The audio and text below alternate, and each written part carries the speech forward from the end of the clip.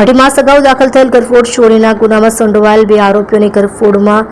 ગયેલ 6,11,801ની મત્તાના સોના ચાંદીના દાગીના સાથે પકડી પાડી વણ શોધાયેલ ગરફોડ ચોરીનો ગુનો શોધી કાઢતી Sachin GIDC police commissioner Shri Surat શહેર તથા સંયુક્ત પોલીસ કમિશનર શ્રી સેક્ટર 2 તથા નાયબ પોલીસ કમિશનર શ્રી ઝોન 6 તેમજ મદદનીશ police commissioner Shri I division નાઓ તરફથી વણ શોધાયેલ ગુનાઓ શોધી કાઢવા તેમજ નાસ્તા ફરતા આરોપીઓને પકડી પાડવા સારું આપેલ સૂચનાઓને આધારે police inspector Shri J R. Chaudhary તથા second police inspector Shri B B. Parmar નાઓના માર્ગદર્શન હેઠળ સચિન જીઆઈડીસી પોલીસ સ્ટેશનના સર્વેલન્સ સ્ટાફના પોલીસ માણસો પોલીસ સ્ટેશન વિસ્તારમાં પેટ્રોલિંગમાં હતા. તે દરમિયાન એએસઆઈ મોહમ્મદ ઇરશાદ ગુલામ સાદિક તથા હેડ કોન્સ્ટેબલ અજય કુમાર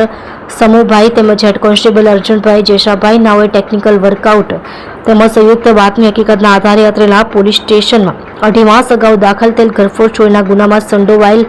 બે આરોપીઓ રાજેશ ઉર્ફે કલ્લુ બુદ્ધિરામ યાદવ ઉંમર વર્ષ 42 રહેવાસી શિવનગર લાલજીની ચાલ સચિન જીઆઈડીસી સુરત મૂળગાંવ